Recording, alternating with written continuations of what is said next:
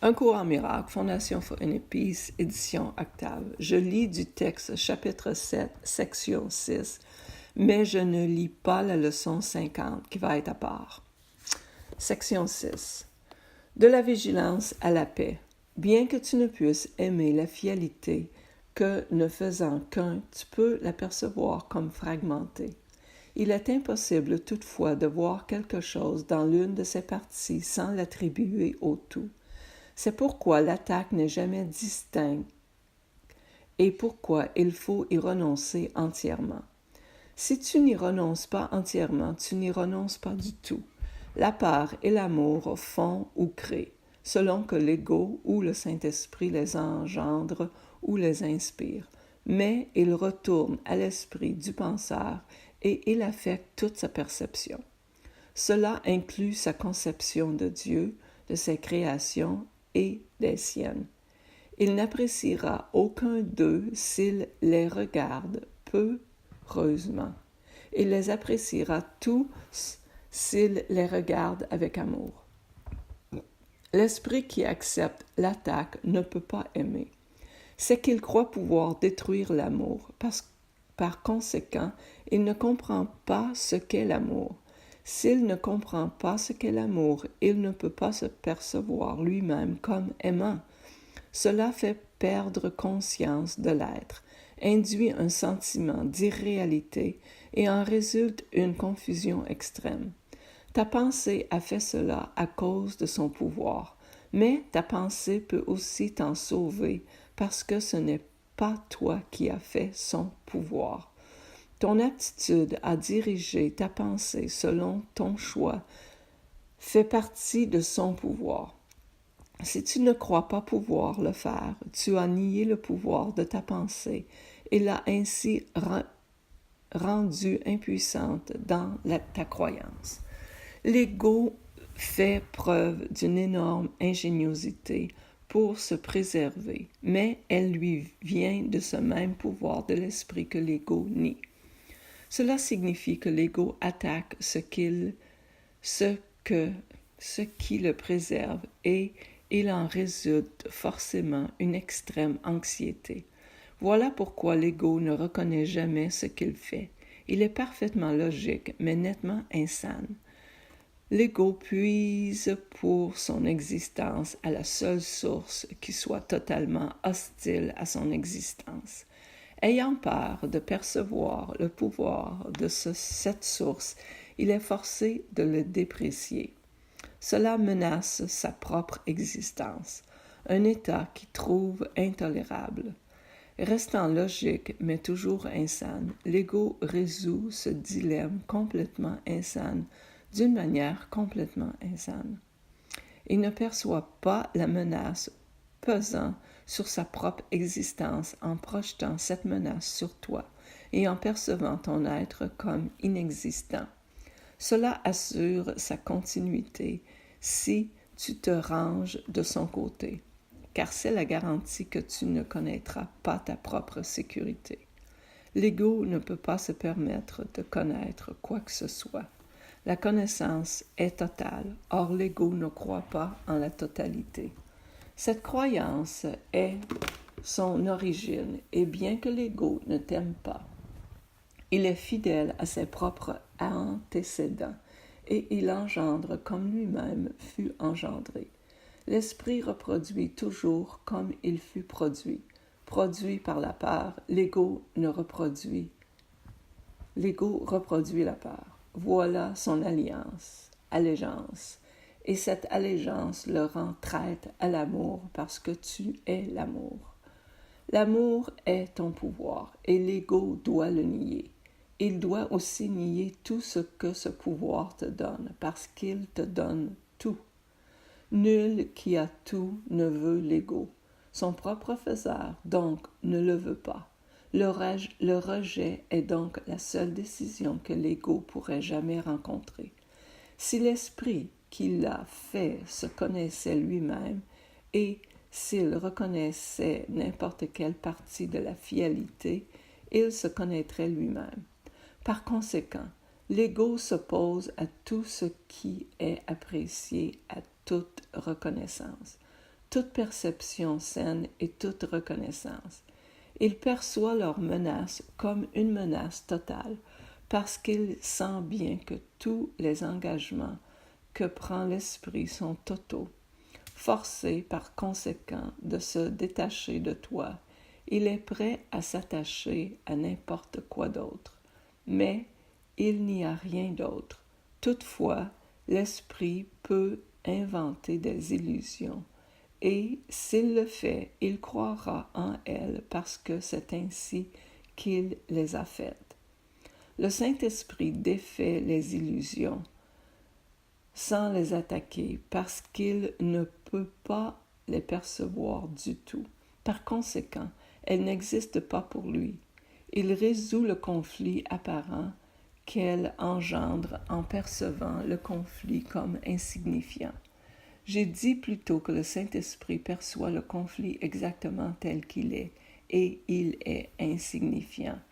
Le Saint-Esprit ne veut pas que tu comprennes le conflit. Il veut que tu le rendes compte. Il veut que tu te rendes compte que, parce que le conflit est insignifiant, il n'est pas compréhensible. Comme je l'ai déjà dit, comprend amène à apprécier, et apprécier amène à aimer.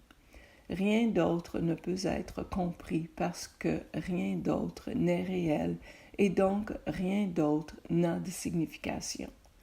Si tu gardes à l'esprit ce que t'offre le Saint-Esprit, tu ne peux pas être vigilant pour autre chose que Dieu et son royaume.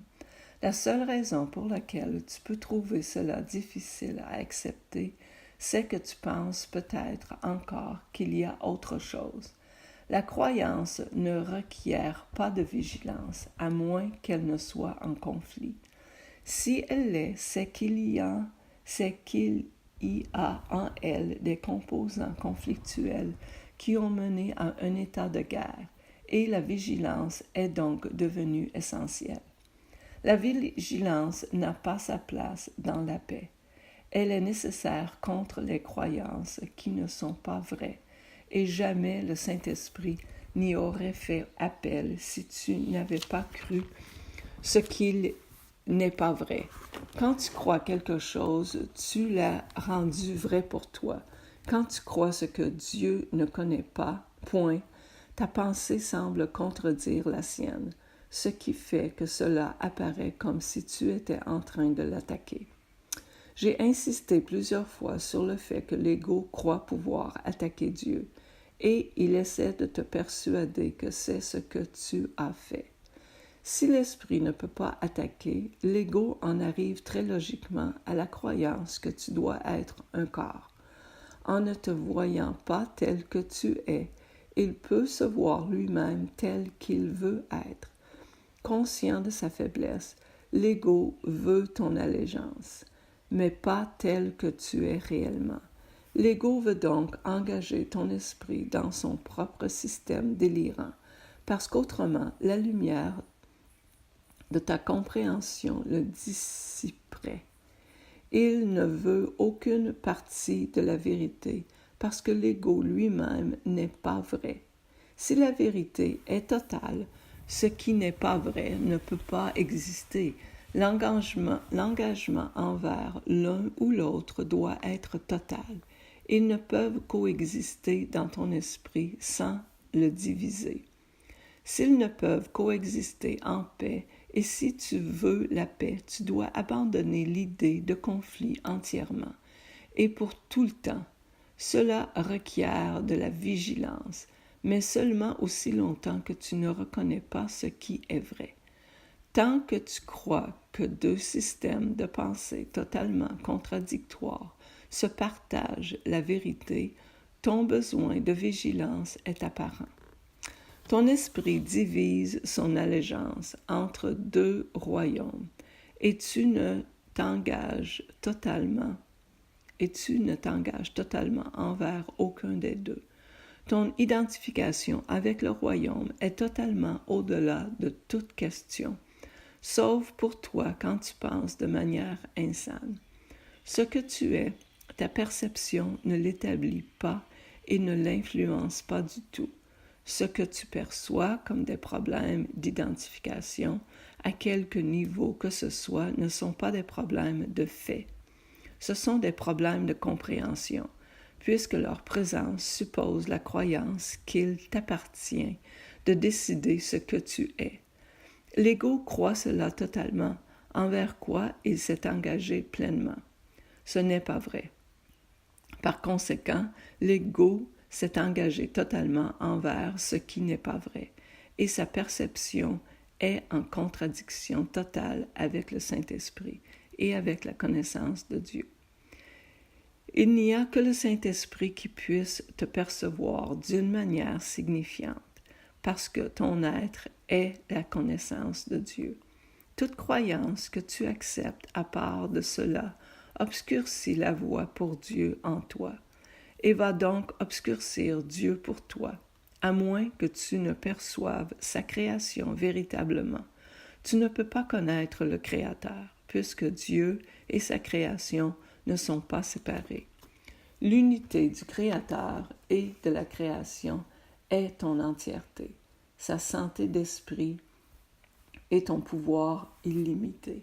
Ce pouvoir illimité est le don de Dieu, le don que Dieu te fait, parce que c'est ce que tu es. Si tu en dissocies ton esprit, tu perçois la force la plus puissante dans l'univers, comme si elle était faible, parce que tu ne crois pas que tu en as fait partie. Perçue sans la part que tu y prends, la création de Dieu est vue faible, et ceux qui se voient eux-mêmes affaiblis attaquent.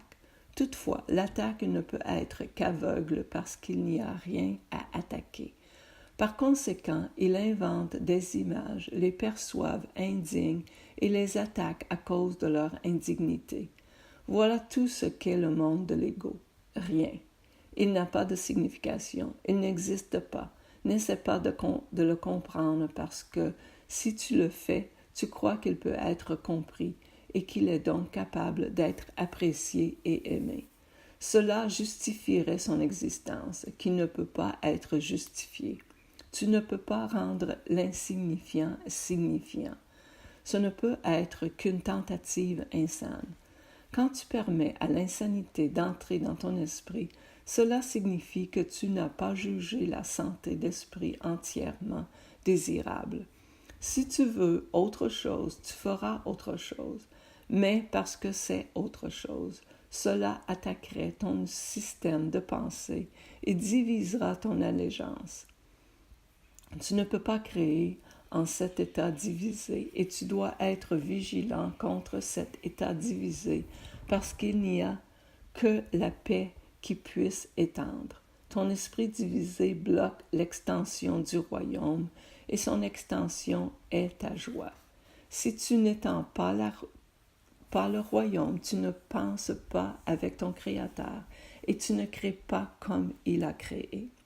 Dans cet état déprimant, le Saint-Esprit te rappelle doucement que tu es triste parce que tu ne remplis pas ta fonction de co-créateur avec Dieu et te prive donc toi-même de ta joie, de la joie. Ce n'est pas le choix de Dieu, mais le tien. Si ton esprit pouvait être en désaccord avec celui de Dieu, ce qui procède de ta volonté serait insignifiant.